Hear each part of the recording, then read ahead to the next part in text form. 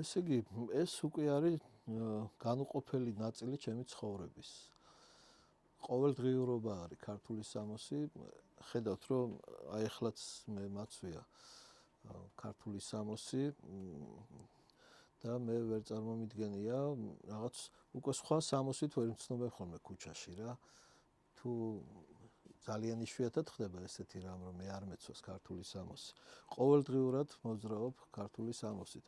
აი ეს თვითონ ეს სამოსიც მაგიტომ მოვიფიქრე ახალუხი, რომელიც შეიძლება რომ ყოველდღიურად ჩაიცვა თანამედროვე თუნდაც შარვალზე და ფეხსაცმელზე. ჩოხით მოგეხსენებათ ხა ყოველდღიურად ვერ ივლით, ხო? ამიტომაც ვიფიქრე რომ რაღაც ისეთი შემექნა, რომელსაც ყოველდღიურად გამოიყენებდა საზოგადოება. უფრო მეტად აქცენტი მქონდა ახალგაზრდობაზე, რომ ახალგაზრდობაც იყოს დაინტერესებული ქართული სამოსით, ანუ მათთვის მისაღები რაღაც შემექნა, რაც მათ გემოვნებაში ჩაჯდებოდა და რასაც ჩაიცმევდნენ. ზოგადად მე გათანამედროვებულ სამოსს არ ვქმნი, ეს ჩემი პრინციპია, რომ უნდა მხოლოდ და მხოლოდ ტრადიციულს, რაც მამა პაპისგან გადმოგვეცა ჩვენ ქართული სამოსი, იმას არ გავცდე და გათანამედროვებულ ვერსიებს მე არ ვქმნი. თუმცა არის საქართველოში ბრენდები, რომლებიც ქმნიან და საკმაოდ პოპულარული და საკმაოდ კარგია. მაგრამ ქართული სამოსიც უნდა იყოს ასევე ხელუხლებელი და ნუ ცალკე ის გათანამედროვებული ვარიანტიც, რა თქმა უნდა, კარგია რომ იარსებოს მან.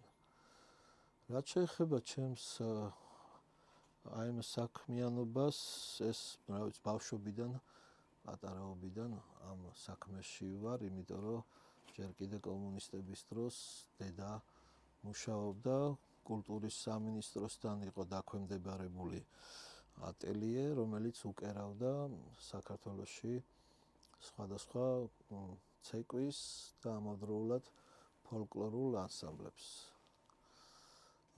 ეს ატელიე მდებარეობდა მაშინ ჭავჭავაძის ქუჩაზე, ალბატროსის გვერდით იყო, ზუსტად ნომერი არ მახსოვს.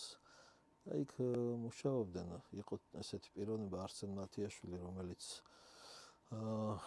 უნიკალური პიროვნება, ამ ქართული სამოსის დიდოსტატი, ჩოხების გამომჭრელი და შემქმნელი, კერავი. და სწორედ მასთან ამ ატელიეში მუშაობდა დედა, ასევე დეიდა მზია კალანდაძე, რომელმაც დედა წაიყვანა მასთან ერთად და იქ კომუნისტების აი პერიოდიდან ერთად მუშაობდნენ. და მეც ბავშვობაში ვეხმარებოდი, სახლშიც მოქონდა ხოლმე საქმე, როცა ატელიეში ვერასწრებდნენ რაღაც დიდი ანსამბლები შეკვეთა იყო და სახლშიც ყველანი ჩაბმულები ვიყავით, როგორც მამა და მე და ვეხმარებოდით. აქედან წამოვიდა ეს სიყვარული, ესე ვთქვათ, გაჯდა ჩვენ სისხლში, ხორცში ეს საქმე, იმიტომ რომ ბევრჯერ ყოფილა ღამეებიც კი გაგვითევია, რომ მოგვესწრო რომელიმე ანსამბლისთვის და დროულად ჩაგვებარებინა და ხო იცით, როცა უფლით რაღაცას აღწევ, აკეთებ, შენ ოფს რო ჩააღური შრომაში, ის საქმე მერე ბუნებრივია გეყვარდება და აი ესე იმ დროიდან 80-იანი წლების ბოლოდან აი ამ საქმით ვარ დაკავებული. რაღაც პერიოდი მქონდა წყვეტა დაახლოებით 5 წელი, იმიტომ რომ საქართველოში აღარ ცხოვრობდი. სხვა პროფესია მაქვს მე კიდე კერამიკა და აი ამ პროფესიით ვიყავი დაკავებული. მოსკოვში ერთ-ერთ უდიდეს ქარხანაში ვაკეთებდი კერამიკას, თუმცა მალევე დაუბრუნდი 5 წელიწადში და დაუბრუნდი ისევ ჩემს საქმიანობას. უკვე 2007 წლიდან მუშაობდი ოპერის სამკერვალო კომბინატში, სადაც დირექტორი იყო გივი ბეღელური და მან შემომთავაზა და მასთან მუშაობდი ქართულ სამოსზე, გამომჭრელად და მკერავად. როგორც თავიდან მოგახსენეთ, ჩვენ ატელიეში არ იკერება გათანამედროვებული ვარიანტები ქართული სამოსის, ჩვენთან მხოლოდ ტრადიციული იკერება. თუ კი ვინმეს სურვილი აქვს ესეთი გათანამედროვებული ვარიანტის, ჩვენ ვეუბნებით, ყავს ესე თქვა ნაცნობები, ბრენდები, რომლებიც ამ თემატიკაზე მუშაობენ და მათთან ვაგზავნით. ჩვენთან მხოლოდ ტრადიციული ქართული სამოსია. საპატარო ძვლოკავები, რა თქმა უნდა, ყოველთვის ეს ალბათ საუკუნეებს ითვლის, რომ ძირითადად ყოველთვის იქნებოდა თეთრი ღია ფერის სადღესასწაულო სამოსით.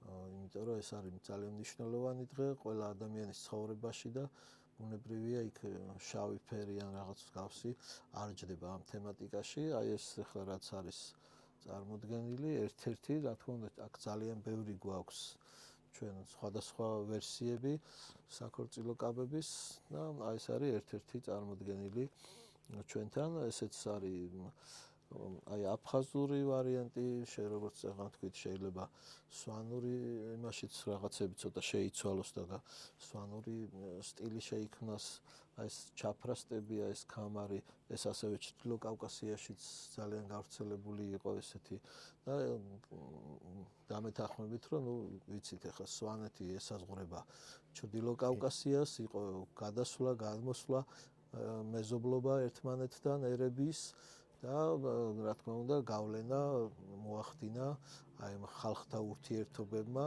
აი ამ სამოსზეც, მოდაზეც და ერთგვარად ეს ჩაფრასტებია ესეთი სტილი ქამრის, ეს ასეთი მსგავს მოდელებს, კაბებს ასევე შეხვდებით ჩვენ ჩრდილო კავკასიაშიც არის გავრცელებული. რაც შეეხება მამაკაცის სამოს, ჩვენთან არსებობს სხვადასხვა ვარიანტი ქართული სამოსის, არის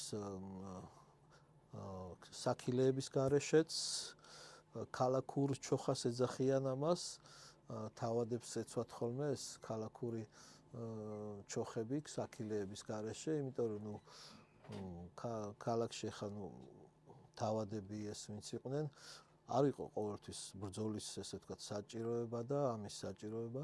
იყო ესეთი მოდის ტენდენციაც საქილეების გარეშე, აი ჩვენ შეგვიძლია ქეთო და კოტეშიც ვნახოთ აი იმ ფილმში ზუსტად აი ესეთი თავადური ჩოხები საქილეები რო არ აქვს, ისიც ძალიან ლამაზია. თუნდაც ქართული ცეკვა დაისი, იქაც ესეთივე ჩოხა არის, სამეფო ჩოხა, რომელსაც არ აქვს საქილეები და სტილითაც განსხვავდება, ხო? არის ეს აღმაშენებლის დავით მეფის სამოსი, თამარ მეფის სამოსი როა, ხო? აი ცეკვა სამაიაშიც გვხვდება ესეთი სტილი. აი რაც შეიძლებოდა ესე ვთქვათ ითქვას, ქართულ ასეთ საქორწილო სამოსზე ასევე უნდა ყოფილიყო ძალიან დიდრულად გაფორმებული, ან ჰქონდათ ვერცხლის გამარხანჯლები, ქილები, ან იყო ოქროს ზარნიშით ჩასმული ზარნიში ოქროსი და არ იყო ეს ესე ვთქვათ იაფი რაღაც აქსესუარები, თუმცა ამ დღეს ყველა ცდილობდა, რომ აი ესეთი მდიდრული სამოსით ყოფილიყო წარმოდგენილი.